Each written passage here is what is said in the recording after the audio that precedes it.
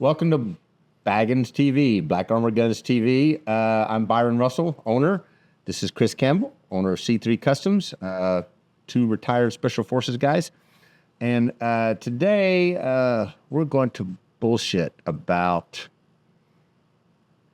gun manufacturing. Okay. All right? Like how the difficulties, so on and so forth, you know, all that kind of shit. So, you've done this before. Yes. You did it with bolt guns. Yes. Not bolt guns. No, it was bolt guns. Bolt guns, yeah. It was Middle Tennessee Gunsmithing out of Springfield, Tennessee is where I was.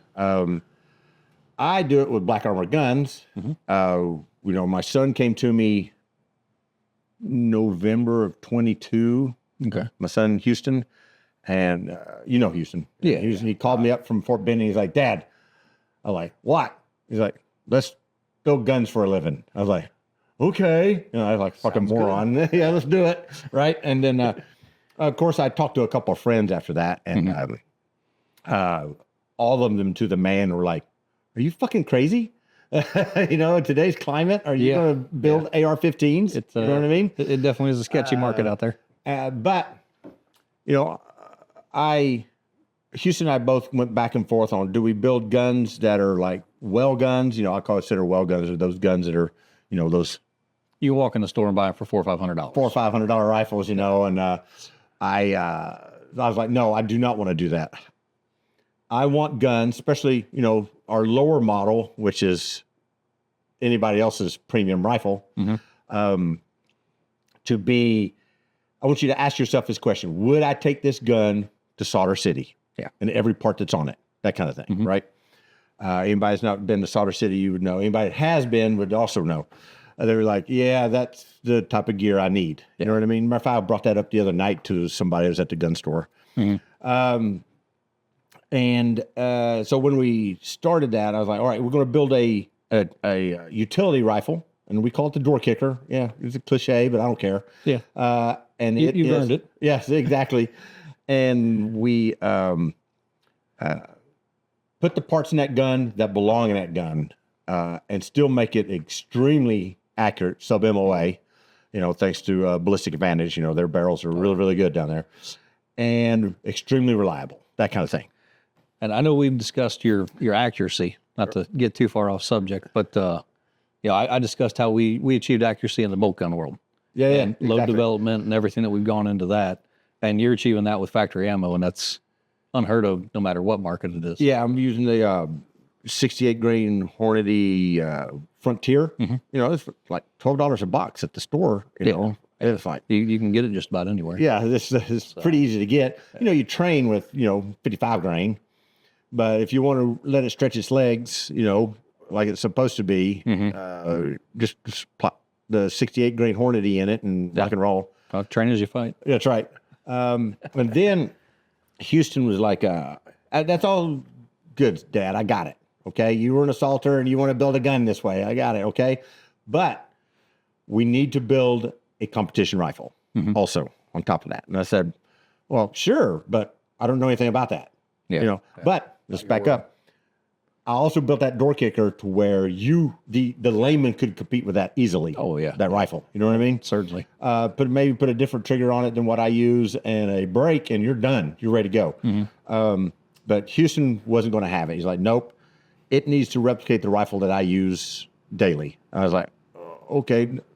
Long story short, Houston competes. You know, that's all he does. That's what he does for a living. Pays a mortgage doing it. And he's doing well at it too. Yeah, of course, I had to steal information from him to build this rifle. Of course, you know, so we made it happen.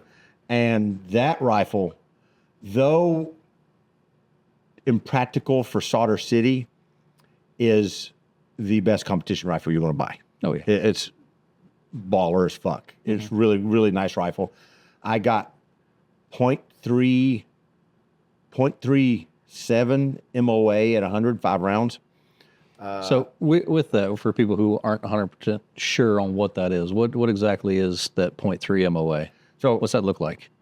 Yes, 0.3 MOA is the size of probably 5 bullets hitting.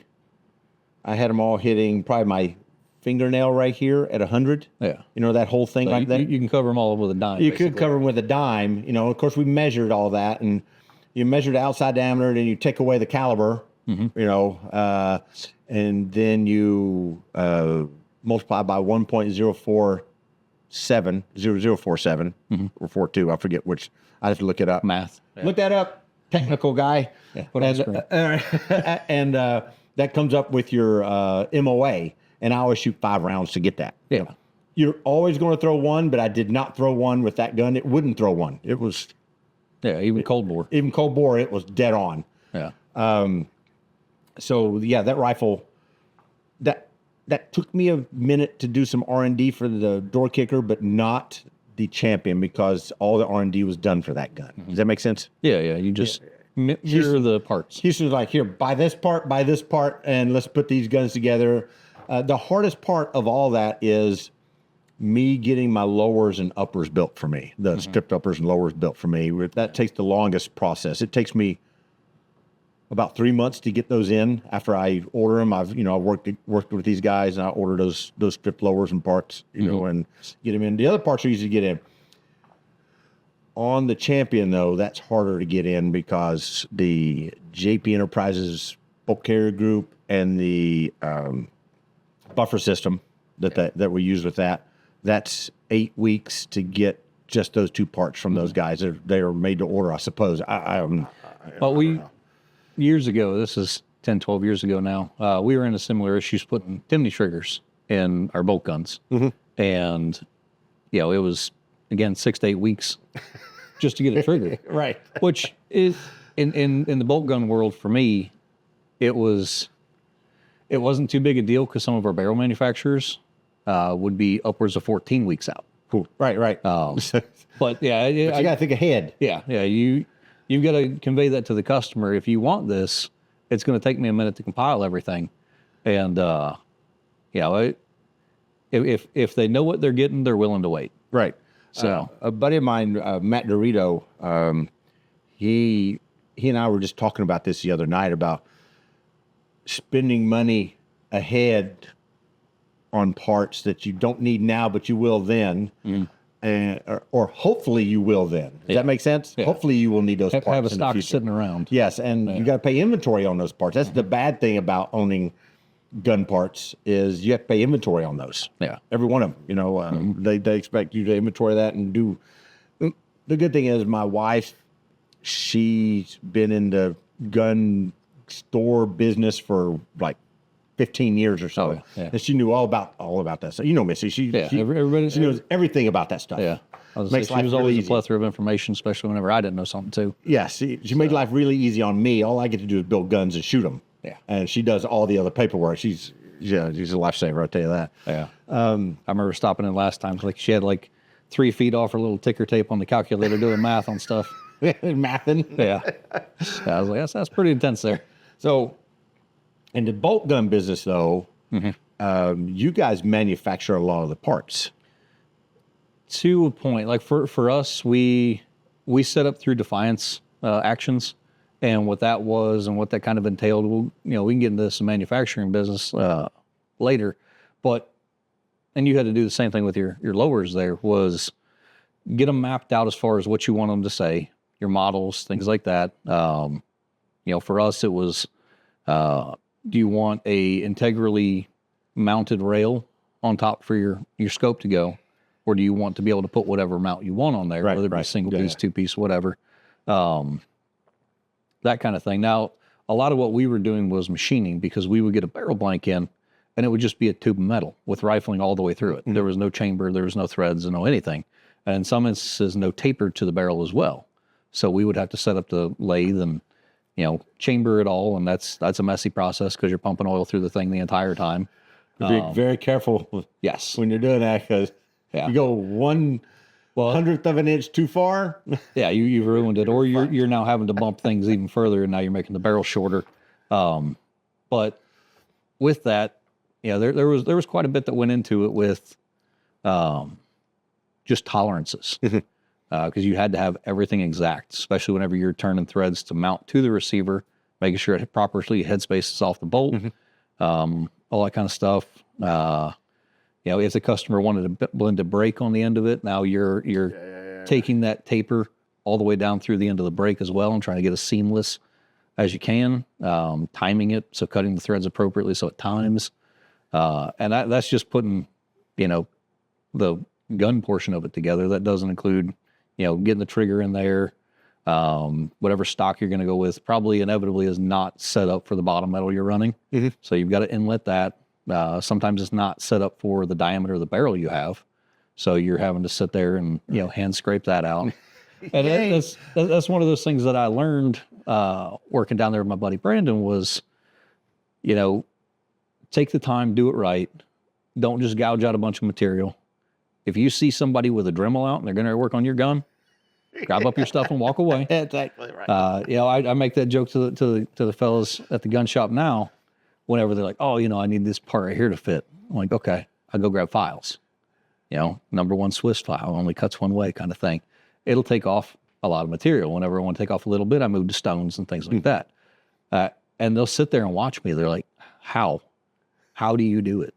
And I'm like, I'd rather be exact and creep up on my final thing than just sit there with a Dremel and be like, well, crap, I took off too much. Absolutely.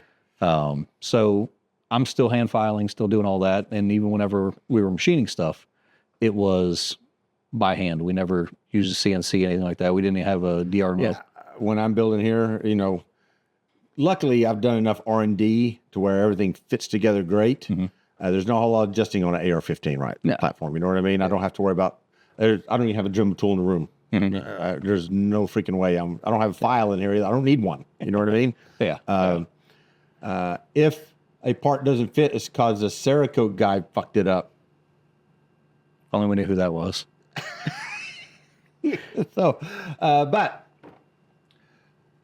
So we went into, all right, this is what we do, but why did I start a rifle manufacturing company? Yeah. You know what I mean? Yeah. And why would anybody do that shit? Well, I mean, anybody and the brother can go pick up AR lowers and start putting them together all day long. With just some basic tools. All day long. So why would a person get into doing that if somebody can just do it on their own? And I just wanted to compete. Mm-hmm. I wanted to be able to say my rifle is better than yours. That kind of thing. Does that make sense? Yeah. Keep the competitive spirit alive. We also, buy guns for folks, order guns through me and all that, pistols, so on and so forth. Yeah. Yeah, you're still full FFL. They always argue with me, I can get it cheaper on Gunbroker. And when you do the math, no, you can't. Yep. You know what I mean? Your fees, your shipping, everything else, tax. And... I get that all the time.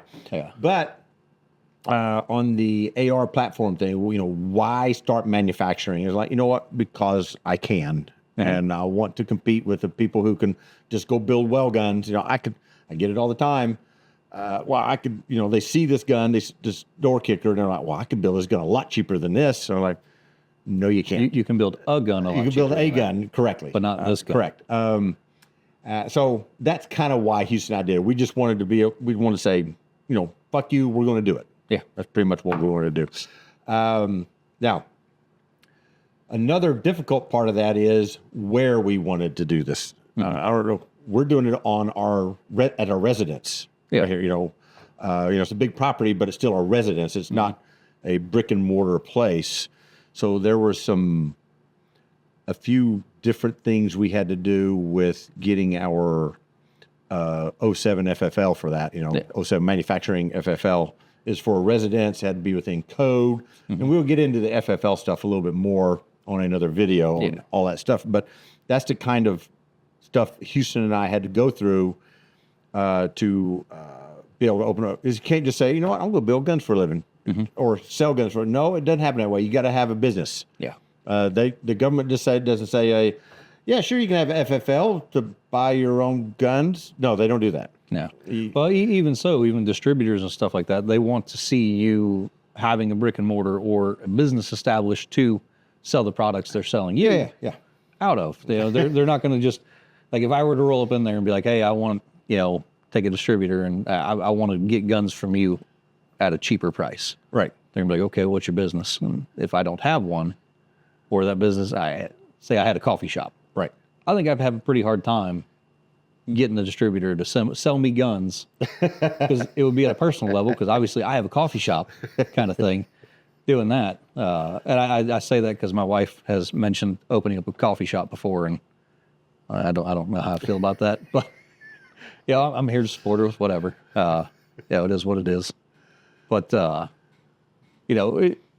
at it in that aspect, you need to have a business where you're at least selling firearms in order to get a distributor to sell you firearms. I've tried to be a distributor. I'm a distributor or a dealer for a lot of companies.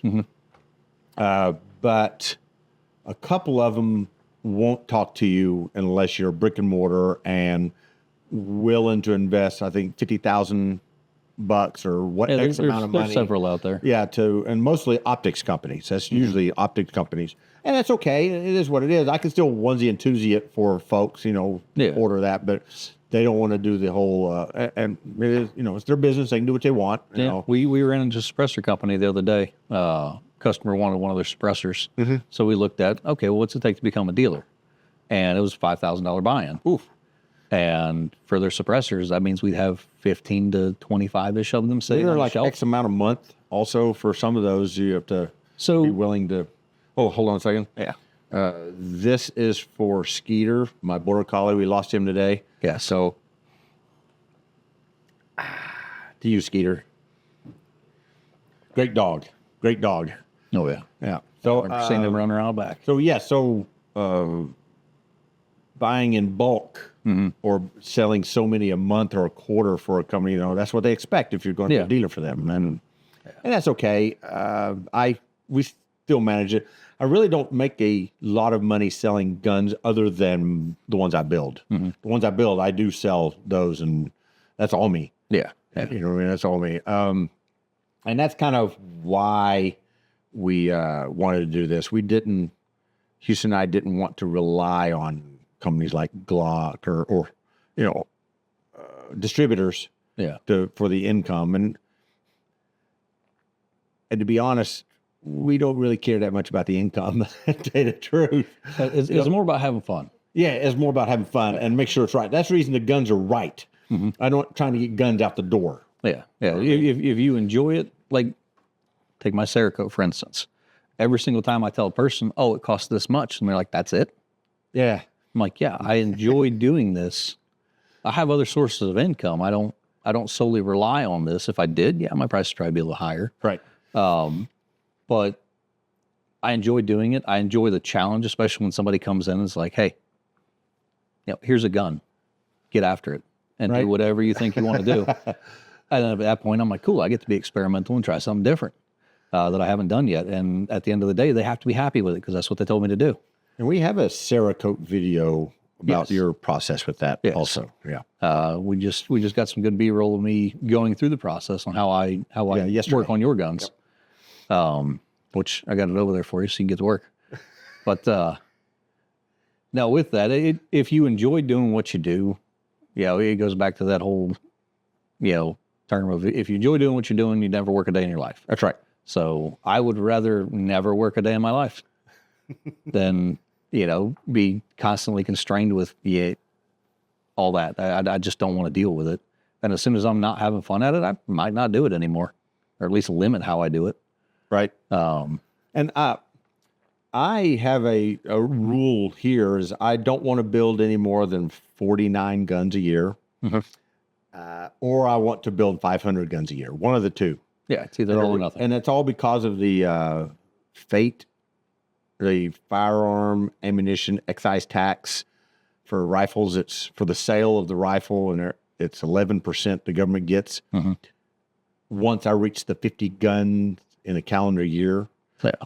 If I'm up to 49, I don't have to pay that tax. Yeah. As soon as I hit 50, I got to pay that tax on all 50. So you may as well do 500. Oh, so exactly. So if I do 500, I don't care. But I don't want to work that hard. At 49 is pretty much 2 guns a month. Yeah. And, 4 guns a month in math, 4 guns a month, 1 a week. Something like that, about, ish once a week, minus Christmas and all that.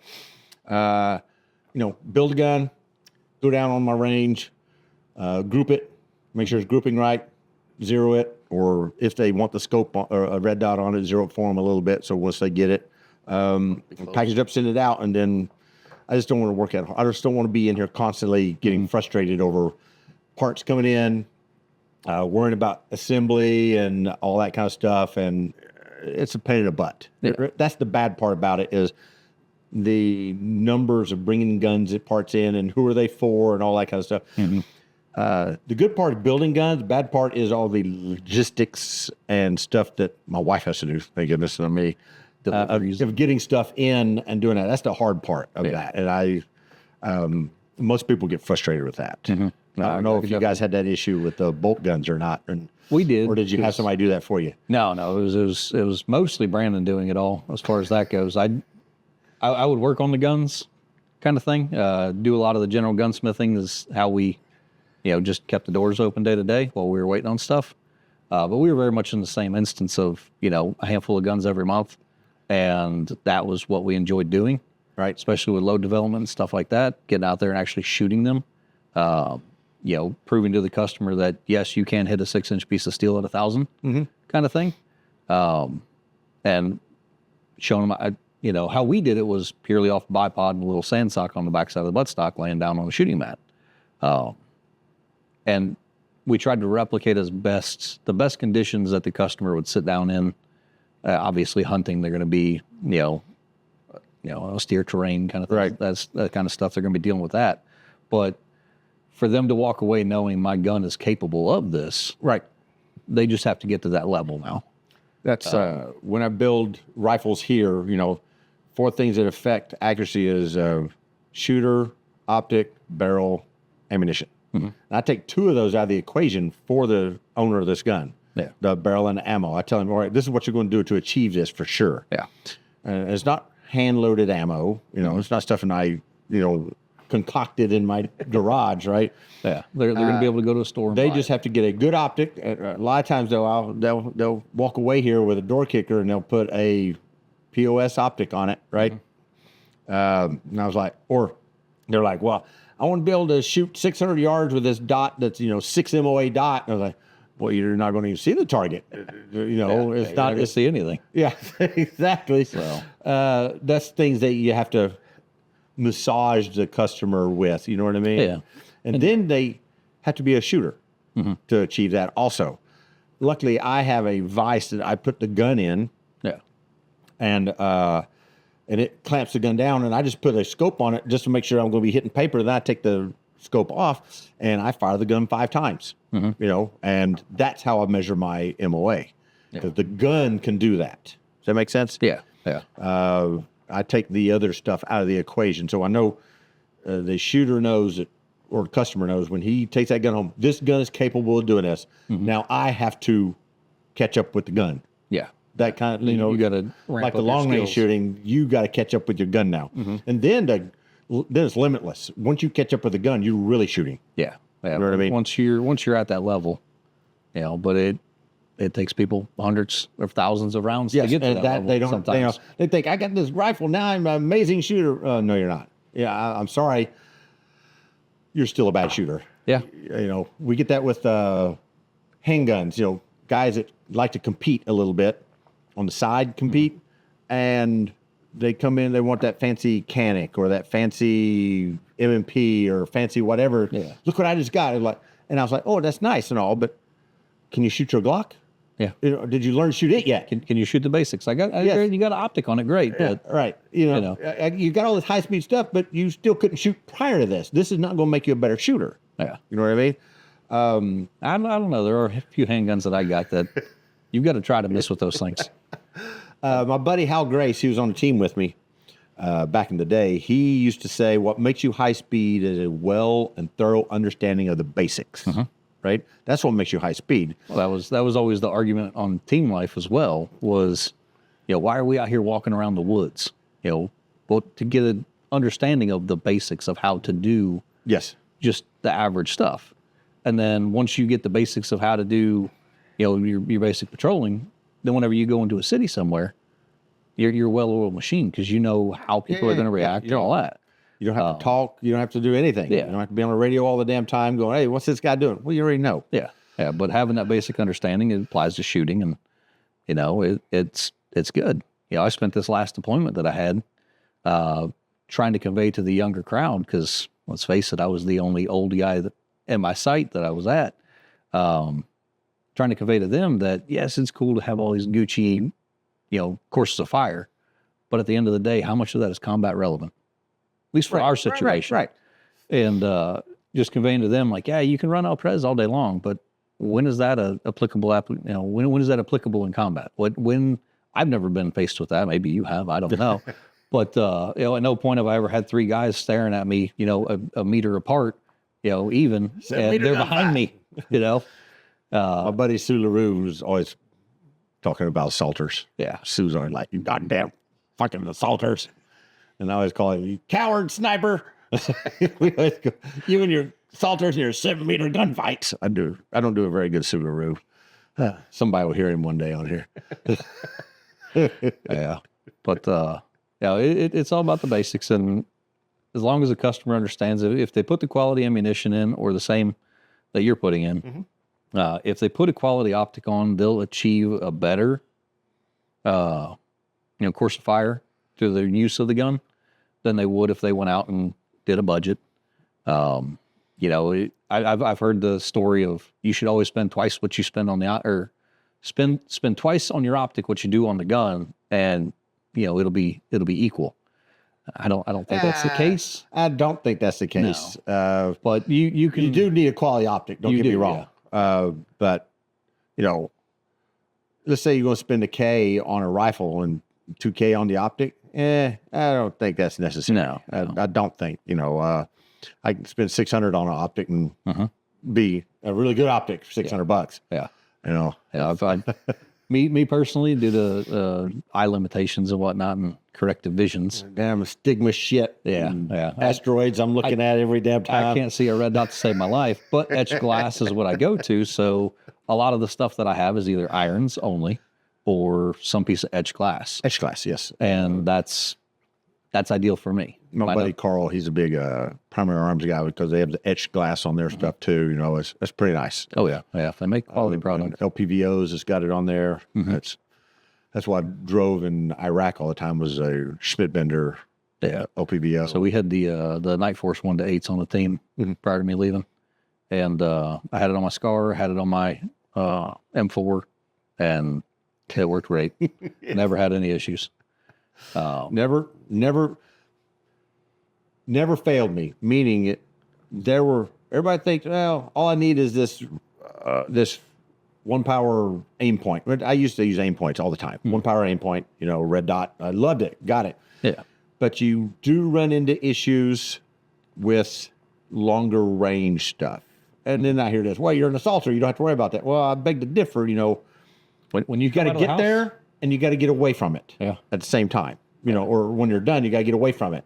And those ranges are out there. Yeah. So when the company was like, my unit was like, hey, here's these Schmidt-Benders if you want to try them out. And we put those on there, and I was like, because I could assault with them too. They were 1.1 to 4, I think, or 1.1 to 6. I don't remember. Was it the one similar to what Houston used to use? Correct. Yeah, I think that was a 1.1 to 4. Yeah.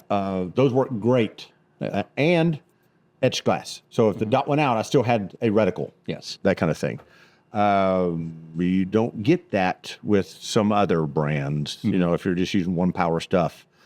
And long range stuff, it's harder to identify.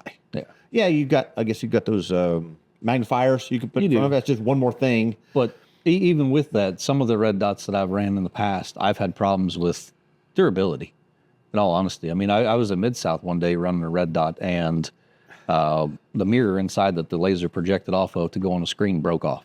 And that was me just running operator standard drills at Mid-South. Right. I was like, what the heck? Why does this happen? So then I had to go back through the process of putting another one on and re-zeroing that before I continued doing anything else. So yeah, etched glass for me all the way. That's my personal preference. I always tell people, go with what you are most comfortable with. And if you like the added weight of a red dot with batteries and the flip to the side mount for your magnifier, cool. But my scope probably weighs a little bit less than that, and it's just as functional. You should always at least try other stuff. Yeah. You know what I mean? Yeah. At least, some people will shoot it one time. I don't like this thing. Well, you really didn't try it. You just sit there and shot 5 times with it. Let's do some drills with it to see how Yeah. how you can work with those type of scopes. And I get that as the gun business. People want optics from me all the time, and they're like, "Well, I can get it cheaper here." I was like, "Can you? After you pay?" Because I always give them OTD, out the door price. Yeah. Just what it's called, so tax, shipping, the whole 9 yards. I never charge them shipping anyway. Yeah. But when I get it shipped to me, I don't charge them that. But tax and everything, and then they go to Amazon. Yep. And then they got to pay all that stuff. You know what I mean? And or they go to gun broker, and they got to pay all that stuff on top. They see a price, and we're like, "Man, this is like $400 less than yours, Byron." Okay, let's calculate, and then let's bid on it, or buy now, and then it comes up to be $100 more than what I just offered him. Yeah. And then they're a little embarrassed about that kind of thing. They're like, and I'm not trying to embarrass them. I'm just trying to show them, hey, sometimes it's, these hidden costs can bite you in the butt, and that kind of thing. So, what else have we got about this? Four Roses is pretty good. I'm kicking my butt. Yeah, I got a nice long drive home after this. Yeah, into the driveway right there. Yeah, you're not too far away. But now I think when it comes to, when you're manufacturing, you can get exactly what you want out of it. For a fact that what you're giving the customer is the best it can possibly be. Right. Off the bat. Yeah. And as long as you have quality manufacturers that you're utilizing, they don't really have any issue. I've made the mistake before in the past trying to go a little cheaper here or there, and it's came back to bite me as far as my accuracy goes, or what I hope to achieve, because I like to think that I'm a relatively decent shooter. But my wife always says, okay, well, yeah, it may only cost this much, but in relation to our bank account, it's actually this, that kind of thing. But at the end of the day, if my wife absolutely hates this rule, if you have to ask how much it costs, you obviously don't want it enough. And if you ask how long, then you're not patient enough to achieve the best quality product you can get. Right. It's like getting a tattoo. Yes. Tattoos are in layers. My tattoo artist, Ricky at No Regrets, which we get to talk to the owner of No Regrets, Ben, in a couple of weeks.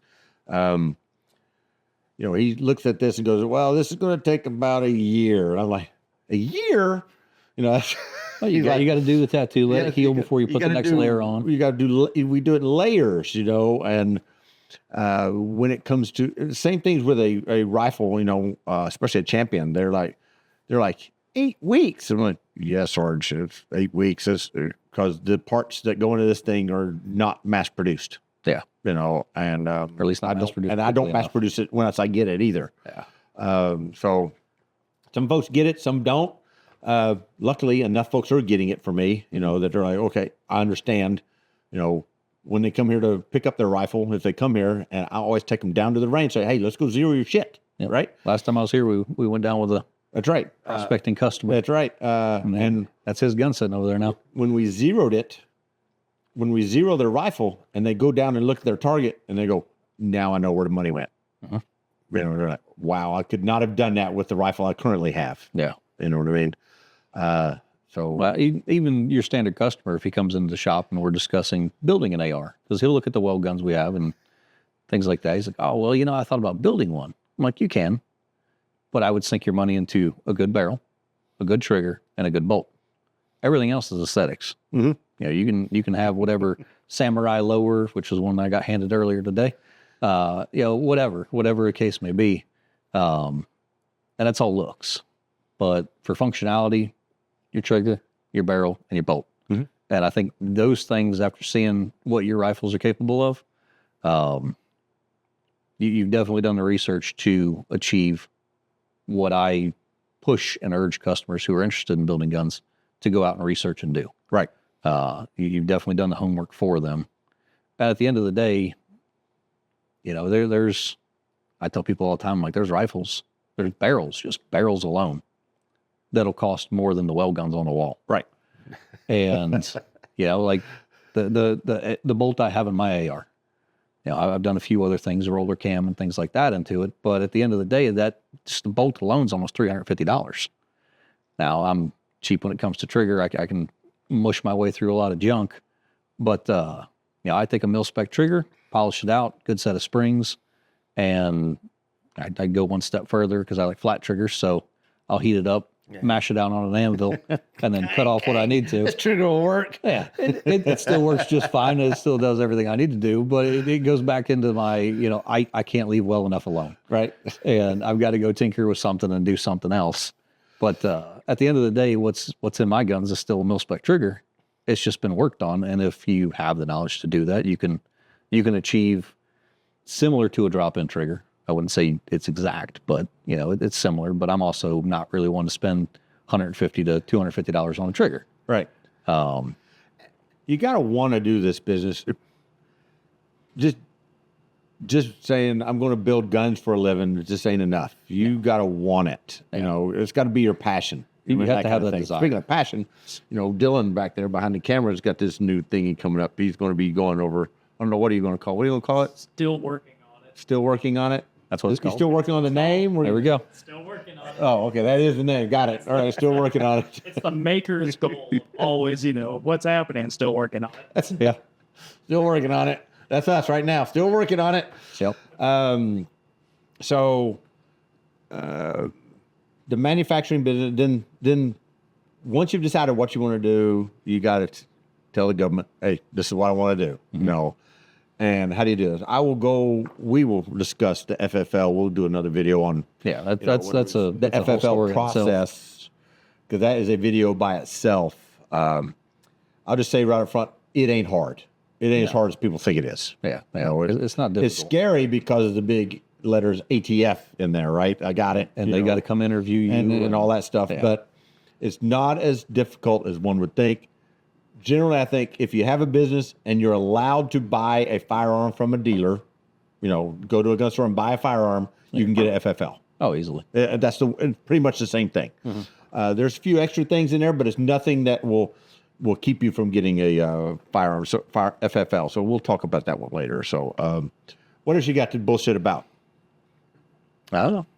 Not a whole lot. I mean, we got that rifle we can go put together and mess around with. Well, we'll go mess around with that, and we'll tell these guys bye. So from Chris and Byron, come back. We will have another video probably in another week or so, and visit C3 Customs. Yep. C3 Customs TN. And Black Armor Guns at the .me. And I had to say that because you're not allowed to say com on YouTube or whatever it is. Yeah, they're real particular about weird and things. we're both on the Instagrams and the Facebooks, I think. I'm still just as horrible at posting anything. Yes, me too. So Black Armor Guns and C3 Customs TN. Yes. And have a good day and watch your six.